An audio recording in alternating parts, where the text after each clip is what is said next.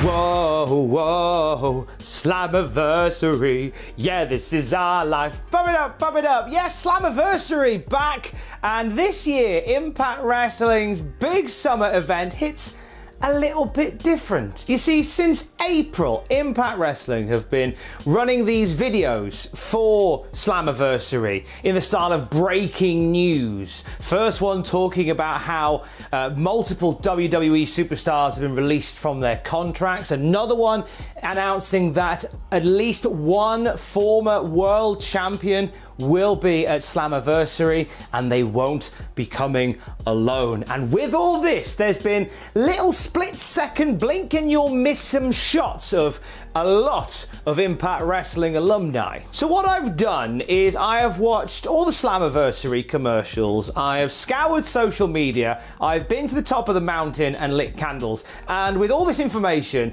I have broken down every single wrestler that has been teased for Slammiversary this Saturday, and we've taken their temperature as to whether or not they will turn up at Impact Wrestling's granddaddy of them all that isn't called Bound for Glory. So we're going to gauge them all in no particular order on very cold, cold, hot, or very hot. Let's crack on. Now, the first two names that came up when the Impact Slammiversary video started airing was Luke Gallows and Karl Anderson. We saw them very briefly in the video where they announced a lot of wrestlers had been fired from an unnamed company. Now, Karl Anderson doesn't really have much of a history with TNA, NWA TNA, GFW, Impact Wrestling, whatever you want to call them. He was part of GFW Amped, the tapings for the TV show that Global Force Wrestling was going to do. It's kind of in a wibbly wobbly, not quite legal way part of Impact Wrestling. But Luke Gallows was Doc in Aces and Eights in 2012. He was the DOC, one of the OGs of the Aces and Eights, and after losing a vote to become the vice president of Aces and Eights, he sort of disappeared. He wasn't there to see the demise of his group. He was busy in Japan with Karl Anderson lighting up the tag team division. They ended up moving to WWE, and the rest is history. Now, are we going to see Luke Gallows and Karl Anderson at Slammiversary? This is very hot on the scale. Gallows and Anderson have apparently already signed with Impact Wrestling. A lovely deal with them that also allows them, according to reports, to compete in Japan and continue to make more magic over there as well. So there's a very good chance that we will see them make an impact at Slammiversary. One of the other names that flashed up in discussions of a former world champion that could make their presence felt at Slammiversary was Curt Angle. Now, Curt Angle, it's hard to believe, has had more than half his in-ring career as part of this company. We always assume he's a WWE guy. Arrived in 06 within his first year in the company, won every single belt at the same time. If that's not a push, I don't know what is.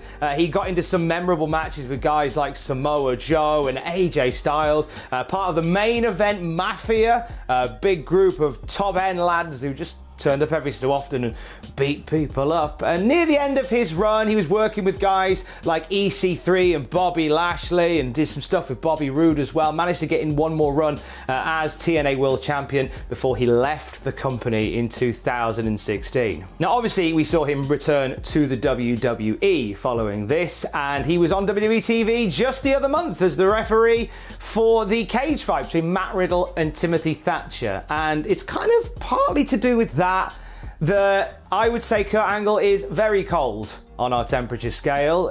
I don't think this guy's turning up at all. Whilst he is a free agent, kind of, sort of, he can do that, kind of, sort of, he has announced very publicly that he's turned down the offer to work with Matt Riddle. And I do believe that if Curt Angle is going to end his career anywhere, he wants to end it in WWE. He had that big final match at WrestleMania, and I don't think he wants to create any more moments in wrestling outside of WWE. Another name that came up in discussions of world champions, and another name that appeared for a split screen on the Slammiversary ads, is Austin Aries. Aries had about 10 years in the company, dipping in and out. He debuted in 05. He became Austin's star shortly after this, and dipped away, came back, became the man that introduced us to Option X, whereby if you're the X Division champion, you can cash in your X Division title for a shot at the TNA World Championship, something that he did at Destination X that led him to become a TNA World Champion. He left in 2015 to go and do some stuff in WWE, but returned as the belt collector in 2018 for one final run, teamed up with Bobby Roode for a little bit, but there was some disappointments in the final run of Austin Aries. Didn't really, touch the sides as much as his first run did. His final run ended with a feud between him and Johnny Impact that felt very close to the bone. In fact, after Impact beat Aries for the Impact World title, Aries just stood up and left. Just walked out. Following this, he was at the Impact TV tapings and just sent home, and that was the end of his time with Impact Wrestling. So yeah, some bad blood from Impact Wrestling towards Austin Aries registers him as cold on our temperature scale, as somebody who could turn up. However, the Impact backstage area has moved around so much in such a short amount of time that you never say never, but certainly right now it doesn't feel like Austin Aries has plans to be a part of a wrestling show, certainly not Impact Wrestling. Not going to take long on this one because it's quite obvious where we're going with it. One of the first names that was teased as making a return to Impact Wrestling in one of the first videos they put out for Slammiversary was Drake Maverick, a guy who really came into his own when he won British Boot Camp as part of TNA. As Rockstar Spud, he and EC3 had chemistry for days. He became an X Division champion in the company as well. Very much proved that size doesn't matter, and it was that stage that he used that brought him to WWE, and he was very much the face of the layoffs back in April. Now, they teased him in April. They put him in the video. He's very cold now as turning up at Slammiversary for obvious reasons. He signed a contract with WWE. He is not going to be at Slammiversary. Felt like for a little bit that he might be. Him and EC3 were doing stuff online together, and it felt like they might come back in as a double. But no Drake. Very, very cold. Stone cold, if you will. Now, they've not just teased former world champions in these videos for Slammiversary. They've teased people throughout the program as well. There was an episode of Impact recently that saw D'Lo Brown chatting to somebody via Skype about getting the gang back together, and he stands up to reveal an Aces and Eights vest draped behind his chair, which leads us to another world champion that was teased, and the leader of said group, Bully Ray, joined TNA in 2005. Him and brother Devon went their separate ways. Bully Ray had a phenomenal run as a singles competitor in TNA. Some would say it was the greatest run of his career. Leader of Aces and Eights, as it would turn out to be, this group that was brought in, this biker mob that were there to run roughshod over TNA wrestling. It was the faction and the story that led Bully Ray to his first world championship as well. He was inducted into the TNA Hall of Fame, and he put Dixie Carter through a table during his run. I'm not sure which I prefer. I'm kidding, of course I do. Bully Ray went to Ring of Honor when his time with TNA came to an end, and there was obviously a return to WWE in amongst all of that as well, but he retired in 2018, stays relevant in the wrestling world with the Busted Open radio show that he does. In terms of whether he will turn up at Slammiversary, I'm going to say this is cold. I can't see Bully Ray wanting to be a part of Slammiversary. I think he's got the stuff going on that he wants to go on. I don't think he really would want to be a part of that, despite the importance that it would be to see Bully Ray back there again. Personally, can't see this one happening. I'm going to say it's cold. Staying with Aces and Eights, let's talk about another former member in Ken Anderson. After a sour end to his time in WWE, he joined TNA Wrestling and got straight amongst it with guys like Abyss and Kurt Angle, became a world champion upon beating Jeff Hardy, was part of the Immortal storyline, also part of Aces and Eights as well, as we have said. And this one actually is something that could happen. I'm actually putting Ken Anderson as hot on this particular scale because this was meant to be a thing that occurred in April around WrestleMania time and WrestleMania week. Impact Wrestling were going to put on a show called TNA There's No Place Like Home, which was going to see D'Lo Brown and Ken Anderson bring back the Aces and Eights. There's no reason why, if they were going to do it then, they wouldn't do it now. So I think it's quite likely that we see Ken Anderson pop up at Slammiversary. he's hot. When we talk about the history of TNA wrestling, we have to talk about Gail Kim, the first Knockouts champion. Her matches with Awesome Kong changed the game in 2007. When she retired, she passed the torch to Tessa Blanchard and took on a role as a producer backstage, which would seemingly make it very likely that she could be called upon to be a part of Slammiversary. I want to put Gail Kim as hot on this scale, whilst I don't want to put very hot because I don't know travel-wise how that's working at the moment, because we have to bear in mind that that gosh darn COVID could still play a role in affecting quite a few wrestling cards around the world. But Gail Kim is somebody that you've got on the books as a live-in legend, and if they wanted to, add some star power, some names to the Slammiversary show, maybe Gail Kim is the referee for the Knockouts Championship match between Jordan Grace and Deonna Purrazzo. Quite possibly that could be a way to go. I'm going to register as hot on the scale, Gail Kim. Along with Gail Kim, two of her arch enemies have been teased in previous videos. The beautiful people, Angelina Love and Velvet Sky, two of the first people involved in the Knockouts division when that launched back in 2007. They formed an alliance and added Madison Rayne and Lacey Von Erich to a sort of mean girl style faction that ran roughshod. They became Knockouts tag team champions in the process as well. Now, where the group sits right now makes this one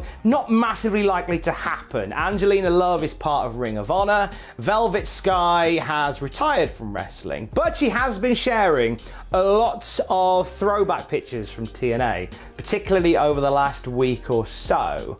I mean, so you never say never. Plus, Madison Rayne is a part of Impact Wrestling still on the commentary team, so one of the members of the Beautiful People is still very much there. But with Angelina Love not being a part of it, and with Velvet Sky being retired, I'm still going to put this as cold. I think it would be a cool little nod if they did it, but I can't see it happening. He had one of the briefest runs in 2015, fact, but Curt Hawkins is another name that has been teased for Slammiversary. One of the first videos they put out featured a clip of Curt Hawkins that was taken from that weird brief time when Impact Wrestling was rebranded as GFW. He became a tag team champion along with Trevor Lee, and they went back and forth with the Wolves for the briefest of times and then went away. In terms of whether Curt Hawkins will turn up at Slammiversary, I'm putting this down as cold, unless Matt Cardona's part of the package as well. I don't really see anything that Curt Hawkins could get his teeth into as part of Impact Wrestling personally, so this one's cold for me. A guy that didn't mean a lot in WWE could become a guy that changes a lot of things in Impact Wrestling. We are of course talking about Eric Young. Eric Young was part of TNA in 2004 as Team Canada, became just organically an easy to love guy, combined with his sort of put upon lapdog nature as part of Team Canada, to being frightened of his own pyrotechnics. And he kind of chopped and changed over his time from being like this super serious sociopath as part of the World Elite and his later feud with Bobby Roode near the end of his run in Impact and TNA, not the early one. And also became a bit of comedy foil as well as a former Knockouts tag team champion with ODB. And of course as Super Eric. And Super Eric is what I think we are going to be seeing at Slammiversary. It was on Impact just the other week where we had the Super Eric cape appear in a video and a hand reach out to grab it. So that hand must belong to one Eric Young. This is very hot for me. This seems like a really obvious one to go to, especially with Moose on the books as parading around as Mr. TNA, as the TNA World Heavyweight Champion. There is an element of comedy to what Moose is currently doing, and you know what? Why not have Moose get challenged by Super Eric for the TNA World Heavyweight Championship at Slammiversary? The final video they put out ahead of Slammiversary was announcing that the returning world champion or champions won't be alone. And it was then we saw a very quick glimpse of Gregory Helms. Helms had a short run in 2015 as part of TNA Wrestling, managing the Helms Dynasty, Trevor Lee and Andrew Everett. He also had some fun as part of Total Non-Stop Deletion, where he got chucked into Matt Hardy's Lake of Reincarnation and came back as Sugar Shane Helms and back as the Hurricane very briefly. But that's about the extent of what he has done as part of Impact Wrestling. Now, whether or not he will be turning up at Slammiversary, I'm going to probably say this is cold, as there's currently nothing there. Very much like with Curt Hawkins, there's nothing really there to get his teeth into as part of Impact Wrestling. Unless, of course, we've just talked about Super Eric, whether we have the Hurricane come out and help Super Eric, like a Marvel DC crossover. What is this, a crossover episode? I mean, that could be a thing, but I'm going to bank on this being on the cold scale. I don't think Helms is heading to Slammiversary. Let's go to a guy who was there when it was NWA TNA. I'm talking about Cowboy James Storm, again teased in the Slammiversary video showing him holding the TNA World Championship that he held for the briefest of times. He was brought in 2002, one of the first signings pretty much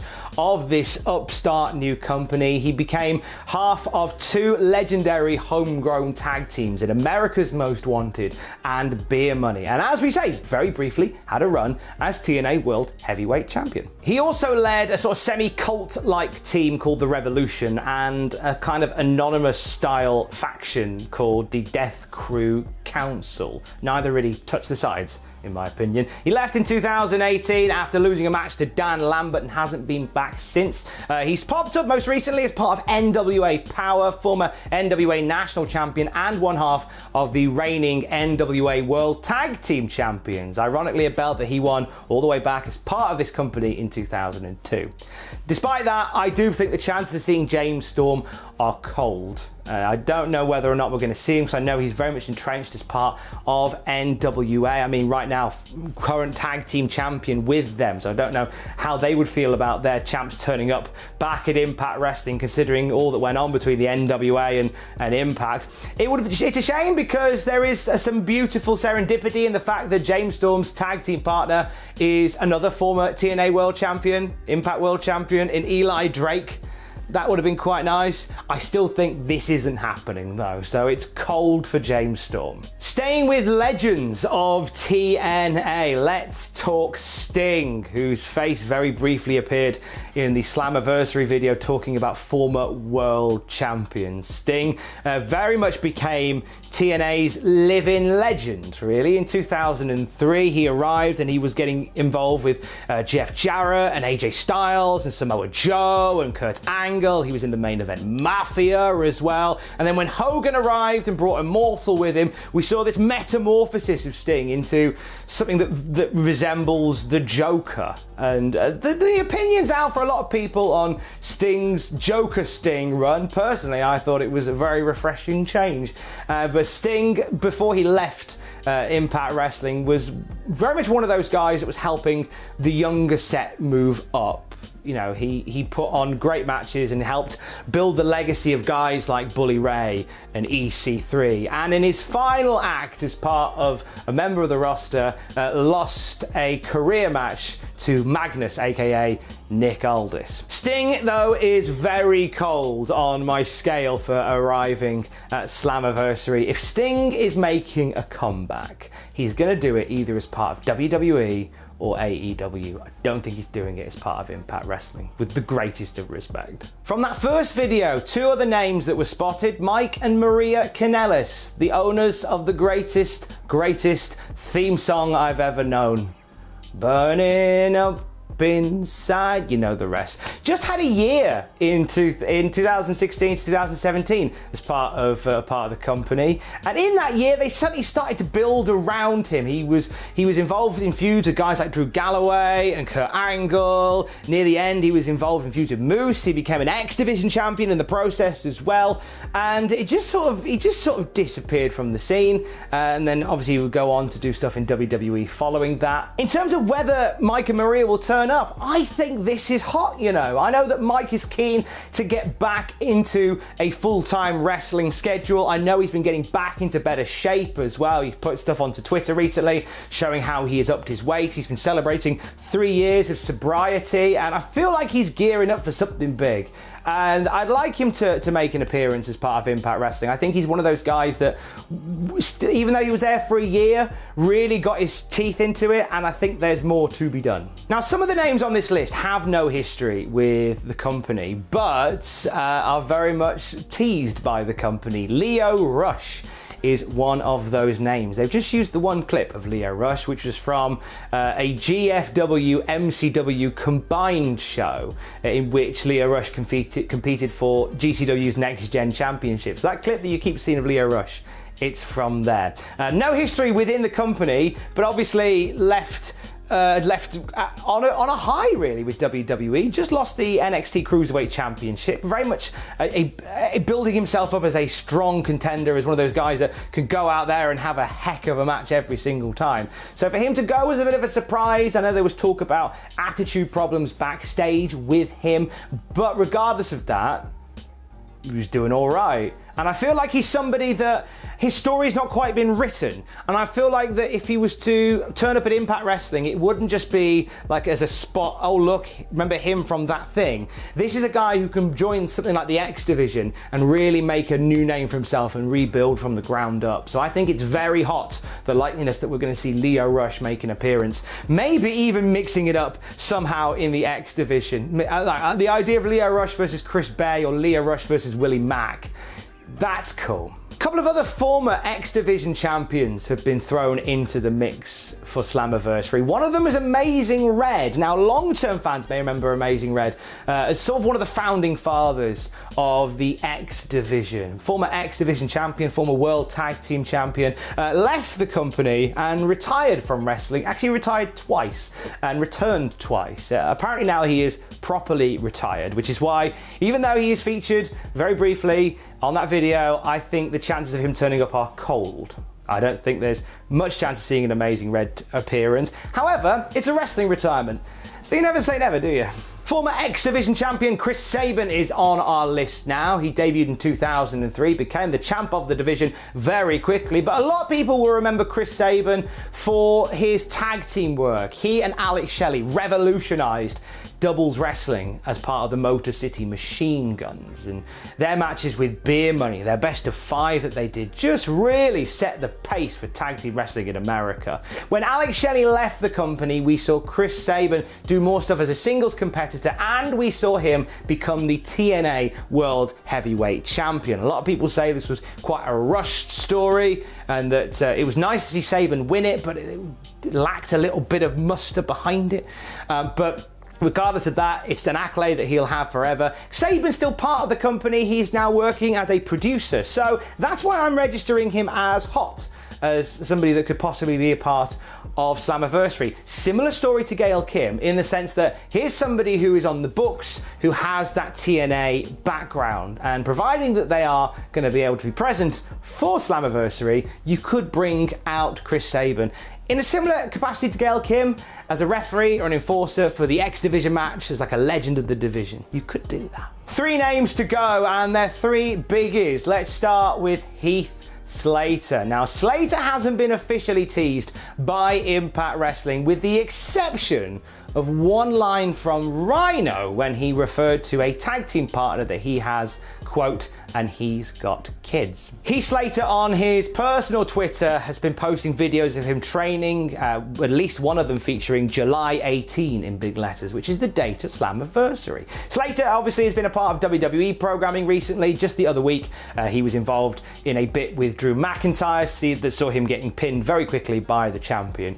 This doesn't mean that he's back with the company. He's very much gone from the company. But his personal teasers for July 18th, I kind of feel like this is the sort of character that, whilst he has no history with the company, I feel like this is somebody they want to put in the mix, more so than someone like a Curt Hawkins, which is why I think, for me, Heath Slater is very hot on the scale to make an appearance at Slammiversary and be a part of plans going forward as well. Slater's got into great shape as well, like seeing him the other week on Monday Night Raw. He is bulked quickly, and as you've heard on the mic, he has got so much to offer, and he could do something like that in a company like Impact. Our penultimate tease is Rusev. Now, no pictures of Rusev because he's never worked for Impact Wrestling. He was part of the WWE developmental system and then almost immediately part of the company. He hasn't done much outside of it, but he was teased with the use of the Bulgarian flag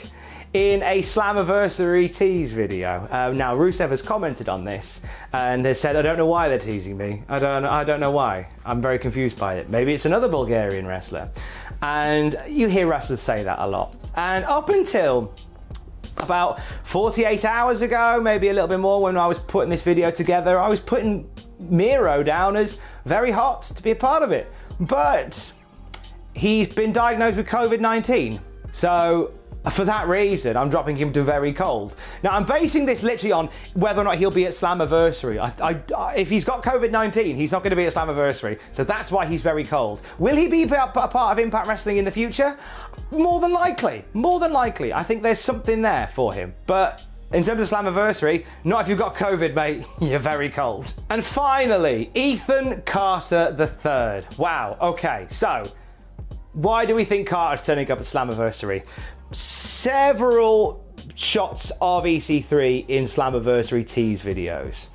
Playing his theme music during an episode of Impact recently. Videos online of EC3 talking about controlling the narrative, drinking out of an EC3 for Champion 2015 mug from back in the day when he became champion 2015, and talking about having a fight on July the 18th. So all the signs are there. This would be a great return to form for EC3. When Derek Bateman left NXT and arrived as part of TNA Wrestling, it was the beginning of the renaissance for him. Create a brand new character for himself, and they absolutely strapped the rocket to him. He's beaten multiple former world champions, became a TNA world champion in the process, and just became one of their greatest homegrown assets, to the point where after a couple of years as part of that system, WWE came calling again, brought him back into their system as EC3. Now, granted, they didn't do much with him and he's gone again. But here is a guy who is good to go with a lot to prove. Very hot for EC3 making an appearance at Slammiversary. In fact, I am going to put it out there that either Heath Slater or EC3 are going to be that mystery entrant into the Fatal 4-Way match for the World Heavyweight Championship. One of those two, I believe, are going to mix it up in the main event. I'm leaning more towards Ethan Carter III on this one, and from here, he can make some magic in Impact Wrestling. So there you go, everybody that has been teased for Slammiversary. Temperature gauge. That was a long video. Did I miss any? Tell me in the comments below. Adam Pacitti will be live streaming reactions to Impact Wrestling Slammiversary on Saturday night. You can watch that on the Cultaholic YouTube channel and have an amazing time with it. I like to think that in about a week's time, this video will have aged like milk. Happy Slammiversary. Love you, bye.